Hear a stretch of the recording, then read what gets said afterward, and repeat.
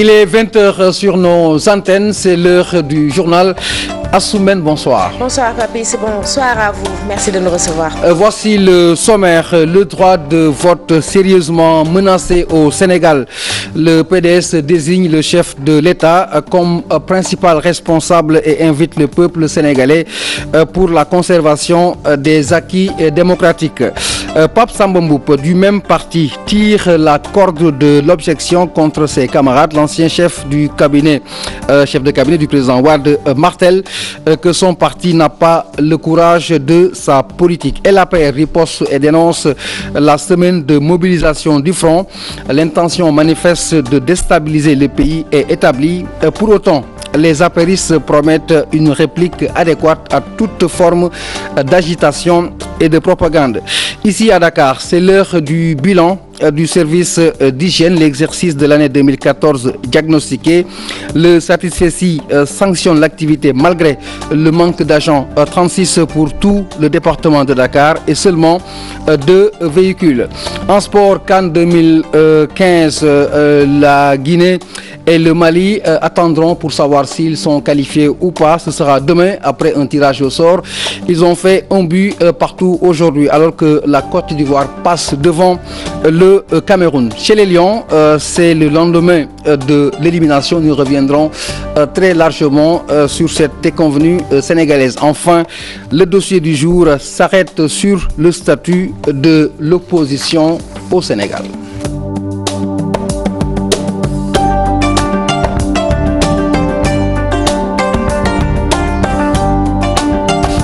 Monsieur, dames, bonsoir et merci de nous choisir. Le PDS s'insurge contre le président Macky Sall suite à l'interdiction de leur marche programmée ce mercredi. Papi, sa marche interdite, le Parti démocratique sénégalais s'en prend au chef de l'État et invite le peuple à descendre dans la rue pour manifester pour que le droit à la manifestation soit rétabli au Sénégal à la permanence du PDS. Les libéraux ont fait face à la presse. Salimata Aw Seck, Thierno Laurent Mendy.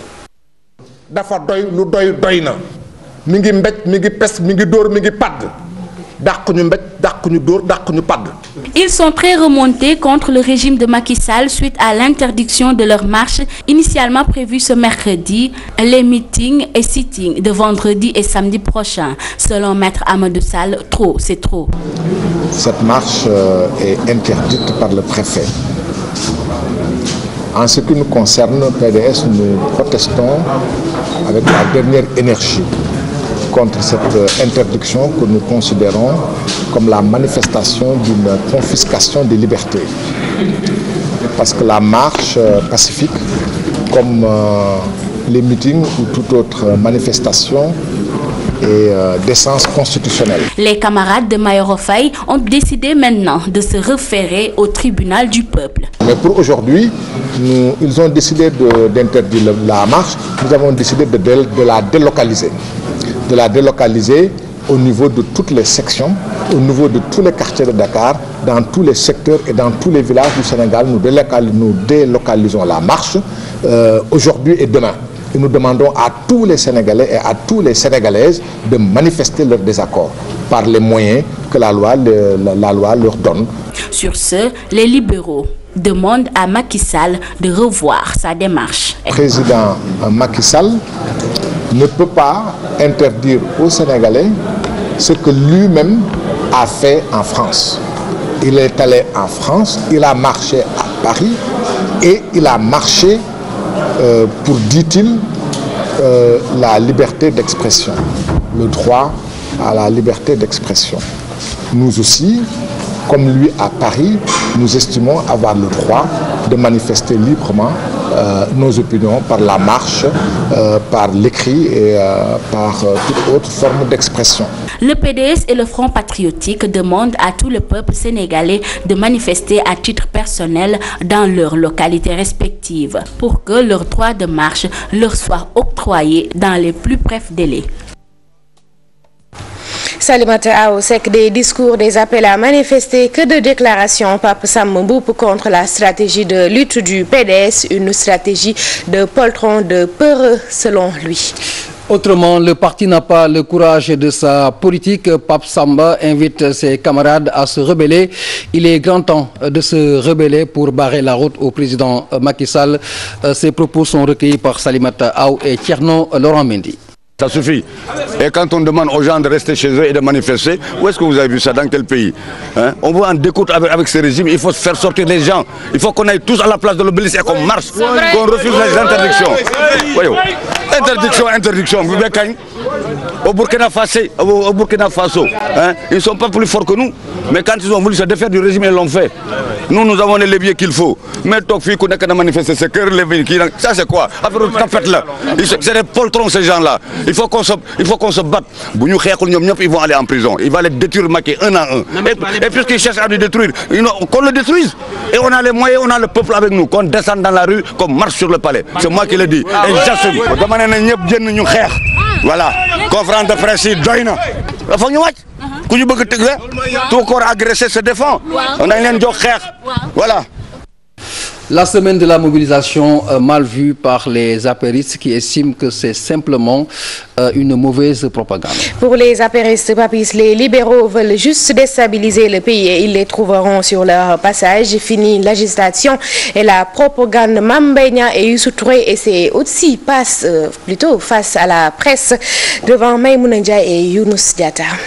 Les responsables de l'Alliance pour la République s'indignent de la démarche du Front patriotique. Youssou Touré et ses camarades prennent l'opinion à témoin et promettent de faire face. Nous voulons leur lancer un message très fort. Ils veulent la rwandisation de ce pays. Ils veulent aujourd'hui mettre le pays à feu et à sang pour des intérêts individuels. Nous n'accepterons pas la stratégie de la peur.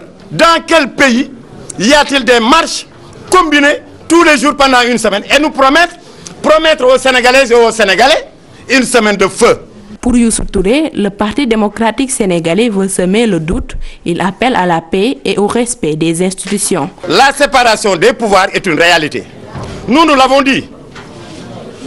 Nous ne souhaitons rien de mal à M. Karim Wade, encore moins à sa famille. Mais il a géré, il faut qu'il rende compte.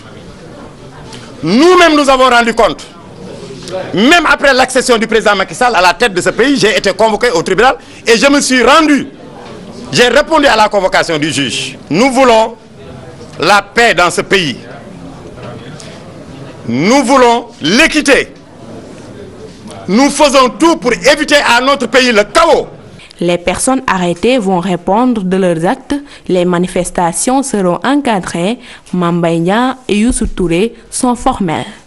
Procès Karim Wade, l'un des co-prévenus de Wade, fils Bibo Bourgi, auditionné plutôt sur le fond du dossier. Il a nié les chefs d'accusation de complicité et d'enrichissement illicite. Il blanchit Karim Wade dans les déclarations contradictoires concernant les sociétés AHS ainsi que d'autres entreprises citées dans ce dossier. Le compte rendu d'audience est signé Modigay.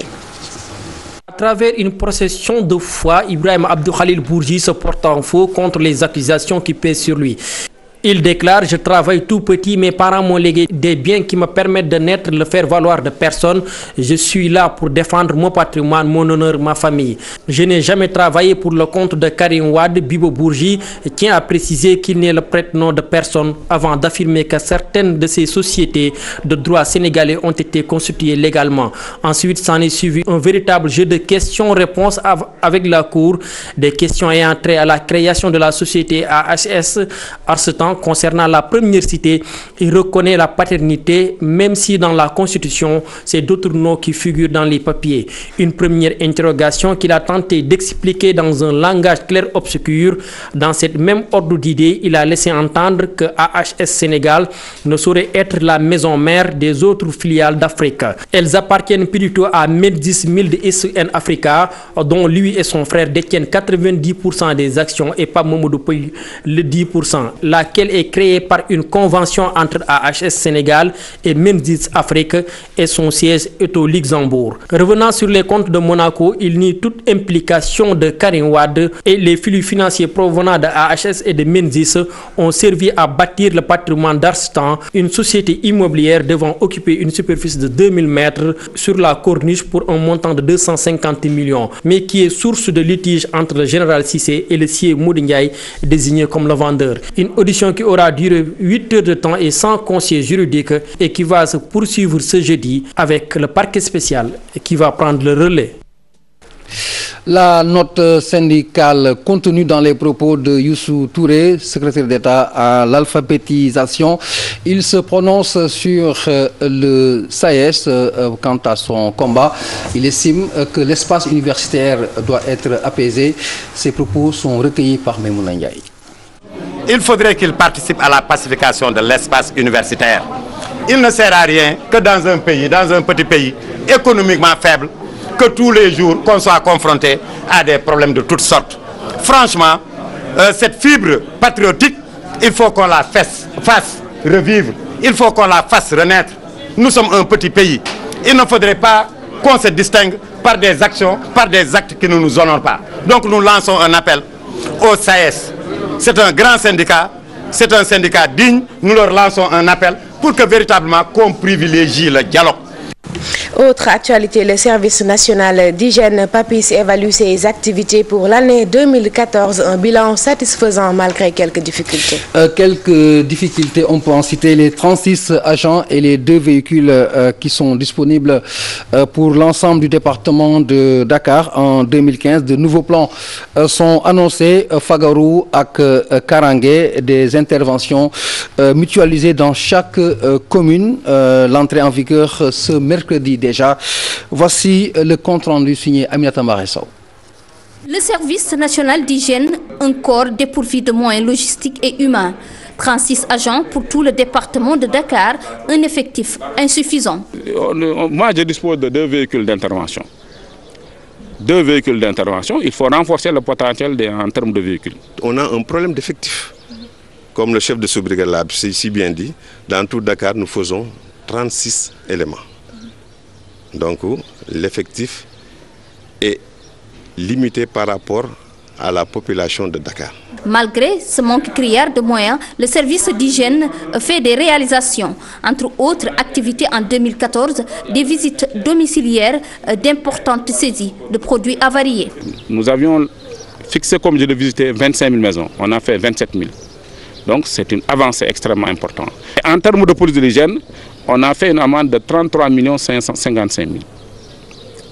33 55 000, notre brigade départementale. On a arrêté 10 personnes pour des dépôts de gravats, des vidanges de force de ferraille. Donc c'est un bilan extrêmement important. On a saisi vraiment plus de 3 tonnes de produits et qui ont fait l'objet d'une amende de plus de 16 millions. Pour 2015, Major Alangom et son équipe annoncent de nouveaux programmes. On a créé ce plan Karangé qui permet de regrouper les agents et les moyens organiques pendant une journée donnée dans une commune donnée. Tout le monde est là-bas pour contrôler la salubrité des domiciles, mais également des voies publiques. L'augmentation des cadavres non identifiés dans les rues, un fléau qui préoccupe.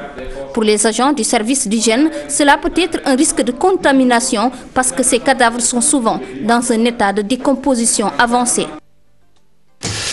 De la nostalgie dans certains quartiers de la Médina, à l'origine, l'absence visible justement du service d'hygiène. Certains papis se demandent même s'il existe toujours une présence bien ressentie par les boutiques ou les gargotes où le service d'hygiène passe au moins une fois par mois pour contrôler des produits alimentaires. Un tour à la Médina, Aïssatou Paye-Fall, Modou Diop. Un service censé veiller à l'hygiène de la population. Mais la présence du service national d'hygiène se fait peu sentir selon certaines personnes rencontrées. Salou 6 habite la Médina. Il se souvient des années 60 où le service désinfectait souvent les maisons. Le service d'hygiène existe-t-il toujours? Je me rappelle les années 60. Les agents rentraient dans les maisons, ils sortaient tout le mobilier, ils utilisaient des pompes pour désinfecter toutes les pièces. Ils rentrent dans les boutiques pour voir s'il y a des produits avariés. Ce qu'ils font dans les boutiques, je me demande bien à quoi cela sert. Doulaye Ndiaye, voisin de Saléou, souligne que depuis belle lurette, il ne voit plus les agents du service d'hygiène. Avant, ils faisaient bien leur travail. Certaines maisons ne possédaient pas de latrines. Ils s'occupaient bien des populations, mais maintenant, ils ne rentrent plus dans les maisons. Ce boutiquier et ce maïga soutiennent le contraire, des visites inopinées. Ils le font souvent.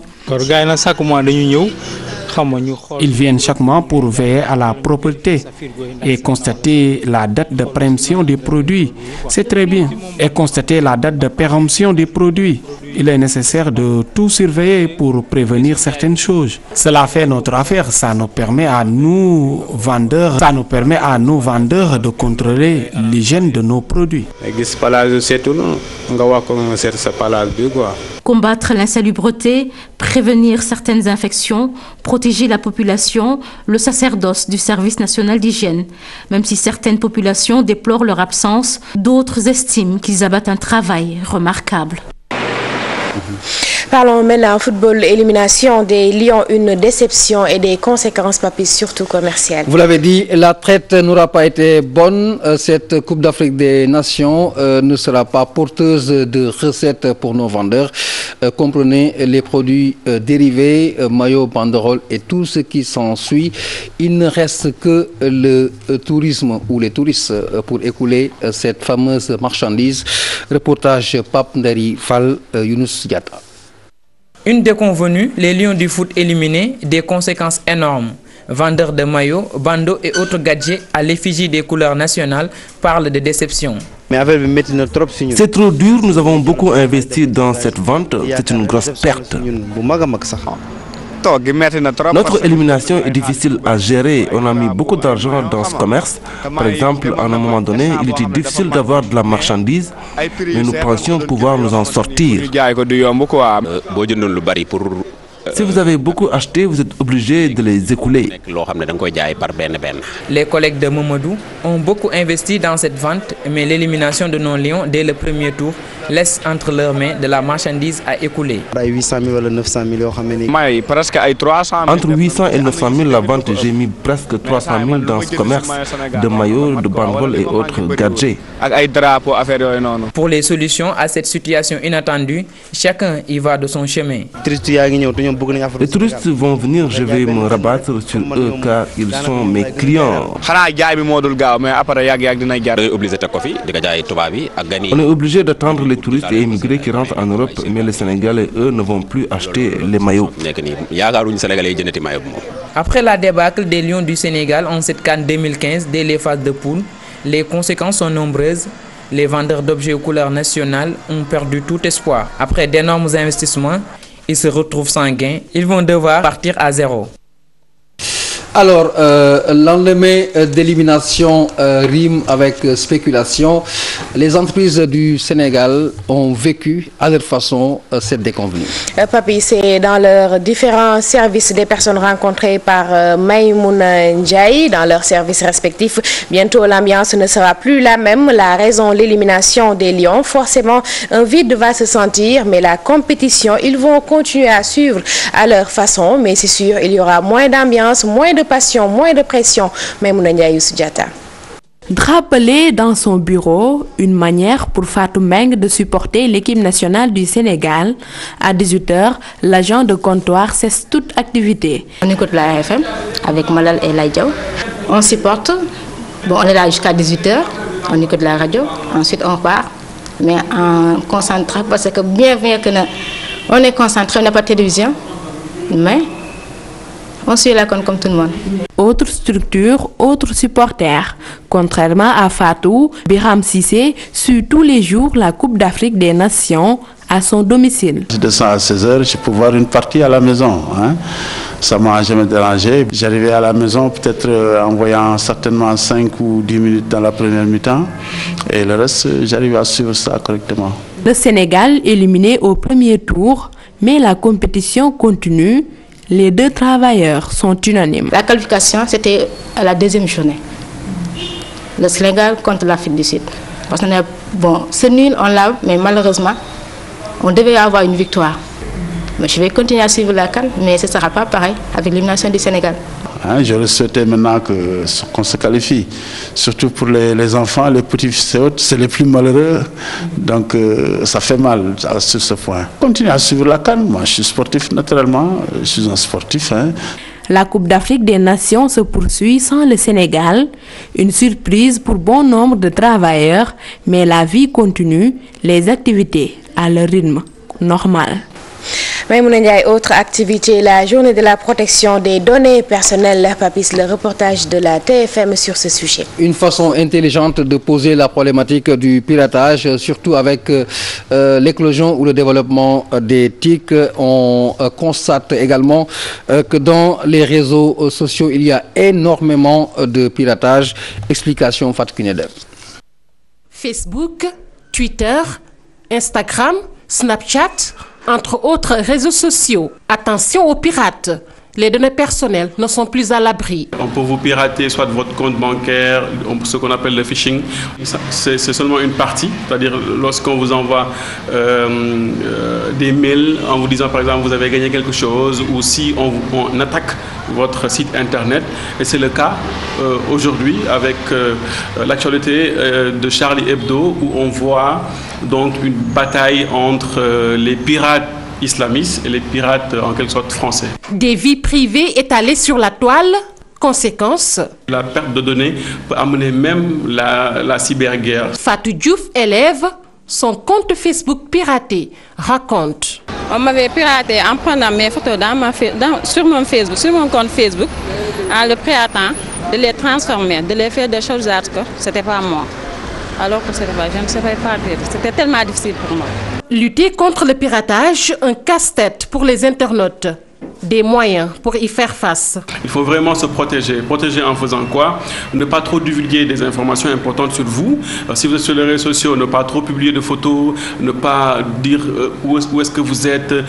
Évitez d'activer tout ce qui est géolocalisation de votre téléphone, parce que ça permet à des personnes tiers de vous tracer, de savoir là où vous êtes.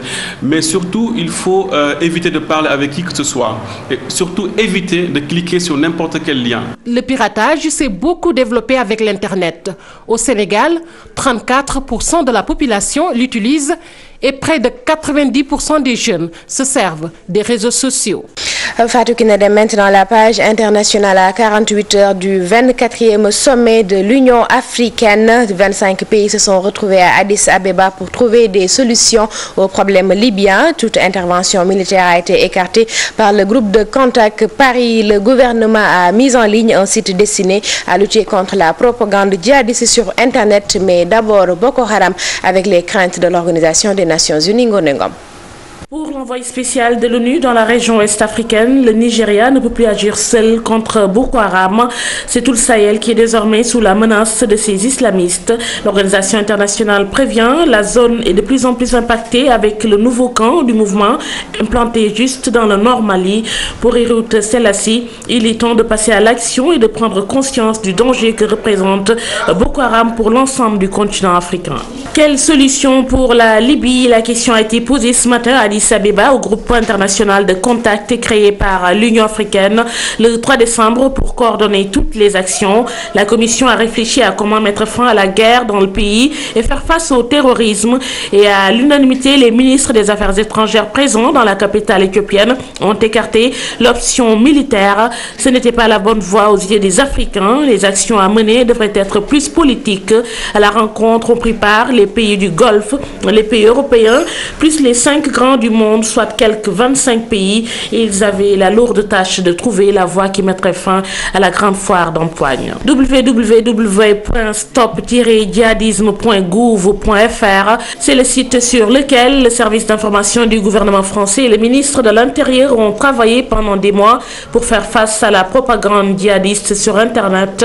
Ils proposent plusieurs rubriques comme comprendre la menace terroriste, décrypter la propagande, agir, l'action de l'État ou encore se mobiliser. Chaque rubrique se subdivise en de nombreux chapitres contenant des interviews d'experts, des explications ou rappels historiques. Le site contient aussi des solutions, recours pour les jeunes, leurs familles ou encore leurs amis. Pour l'extrême droite française, cette opération de communication ne vise en réalité qu'à masquer l'inaction criante du pouvoir politique.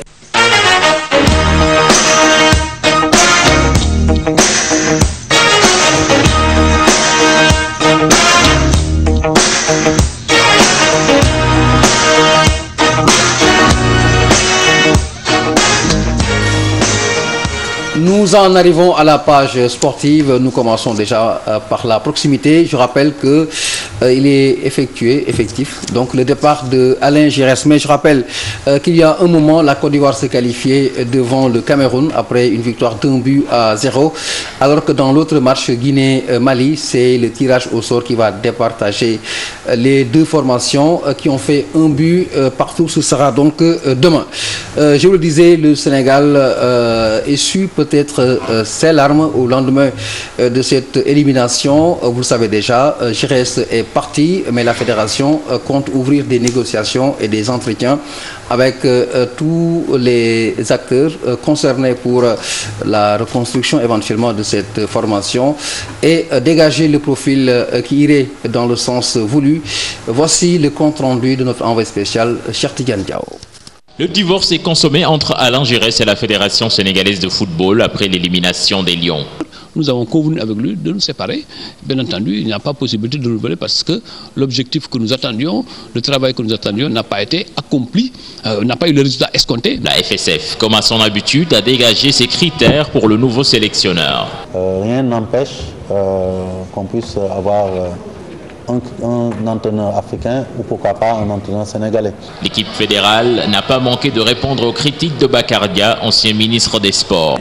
Il y a des voix qui me paraissent extrêmement inaudibles. Moi, je n'ai pas l'habitude de me cacher. Que les Sénégalais soient frustrés, c'est tout à fait normal. Que les Sénégalais pensent que nous sommes un peu responsables de cela, cela aussi est tout à fait normal. C'est à nous d'apporter des arguments contraires. Qu'on jette l'anathème sur les uns et les autres, je pense que c'est tout à fait acceptable dans une démocratie moderne. Mais que des anciens ministres se permettent de parler d'une certaine manière est à la fois inacceptable et inélégant. Moi, je ne vous cache pas. J'ai lu le ministre Bakardia. Lui, mais je l'ai dit tantôt à une radio, dans l'histoire, on n'a pas connu un ministre des Sports aussi peu brillant. Les fédéraux réaffirment leur ancrage à la FSF. La démission n'est pas encore à l'ordre du jour. Et ce sont des réactions qui tombent naturellement à la suite de cette contre-performance des Lions du Sénégal. Nous les suivons. C'est vrai qu'on est tous très déçus et mécontents de ce résultat qui ne nous a pas permis d'accéder au poule finale. Donc on est mécontents et hier soir on était plus déçus. On a reparlé du match, on a refait le match plusieurs fois. Mais bon, c'est comme ça, on a loupé quelque chose, on en est tous conscients et on sait qu'on a loupé une très belle opportunité. Donc maintenant c'est malheureux, mais c'est comme ça. Pour ma part, non, je me suis couché très tard justement par rapport à cette déception. Mais maintenant, il faut regarder devant et plus se préoccuper du passé. Perdre une qualification au bout du fil c'est pas facile à digérer. Donc c'est ça quoi. Donc nous l'affectons sportivement, vraiment essayer de reprendre et vraiment de retourner tranquillement au pays pour continuer le travail. Maintenant, place à votre rubrique CAN 2 qui s'intéresse ce soir aux fleuristes. Ces derniers ne connaissent pas très bien le football. Ils ignorent même les dates des rencontres, le nom du pays organisateur. Si certains d'entre eux connaissent la CAN, bon nombre de ces fleuristes ne peuvent pas citer 2 à 3 noms dans l'équipe nationale. C'est signé par Faraning Modou Diop. Diop et Souareg se sont arrachés. Le coup de tête pour le poteau et on attend le but. La voilà l'égalisation. Le football n'intéresse pas tout le monde. Certains fleuristes connaissent la Coupe d'Afrique, mais bon nombre ne regardent même pas les matchs du Sénégal. Difficile pour eux de prononcer le nom du pays organisateur. L'équipe organisée, nous organiser Coupe d'Afrique bi. Non man xawma ko. Guinée équatoriale. Waaw. Guinée équatoriale. Waaw. Sénégal ñaata jour la ñu am? Non xawma de. Xamoo benn jour? Déedéet. Goal bi Tony Silva xamoo? Non. Certains ignorent même l'identité des joueurs sénégalais. Nu mu tudd sax gos boobu. Borom Débala bi. ñeneen ñi moom xàmmee moo leen. Góol bi xawma kundul xawma lan daal. Borom Débala bi man de kooku rek laa siy xam. Pire encore, ils réclament la titularisation des joueurs qui sont absents de la liste des 23. ci attaque Jaafara Sakho wala Maam Biram. Maam Biram. Jaafara nag noo koy def. teg ko ci banc bi wala. déedéet moom attaque lay doon. Demba Ba nag. waaw ak Demba Ba. ñoo nga boole leen ci kaw ñoom ñëpp. Ces fleuristes ont d'autres préoccupations que la CAN, même s'ils sont de tout cœur avec les Lions, ils préfèrent s'occuper de leur gagne-pain. Et nous en arrivons à notre dossier du jour qui s'arrête sur le statut de l'opposition au Sénégal. Est-ce une pure vue de l'esprit ou une réalité? C'est en tout cas le débat entre les deux formations politiques. Le débat, Papi, c'est aussi le sujet de notre dossier du jour, des droits, des devoirs de l'opposition pourtant bien définis dans la Constitution, mais pour le journaliste Mamles Camara, il le souffre dans la pratique. Alors pour l'analyste politique, l'application de cette disposition s'impose pour un espace politique apaisé. Le dossier est signé Lamine Diédhiou. Défini par la Constitution en son article 58, le statut de l'opposition suscite encore des débats au sein de la classe politique sénégalaise. Le statut est-il respecté ou pas? Ces acteurs politiques apprécient. L'opposition, en tout cas, est mise dans des conditions de pouvoir exercer son rôle d'opposant, à savoir la liberté d'expression. Si on considère la loi 07-08 du 4 décembre 2007, on se rend compte que le statut de l'opposition est consacré par notre Constitution. Et malheureusement, depuis que le régime de Macky Sall est en place, ce droit attribué à l'opposition n'est pas respecté.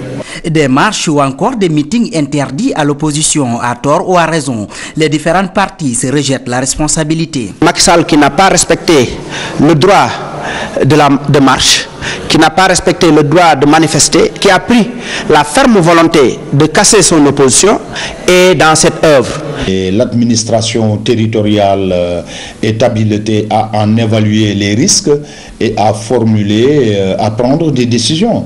Et jusque-là, je ne crois pas qu'une marche soit interdite pour des raisons politiciennes, mais plutôt simplement pour des raisons de sécurité.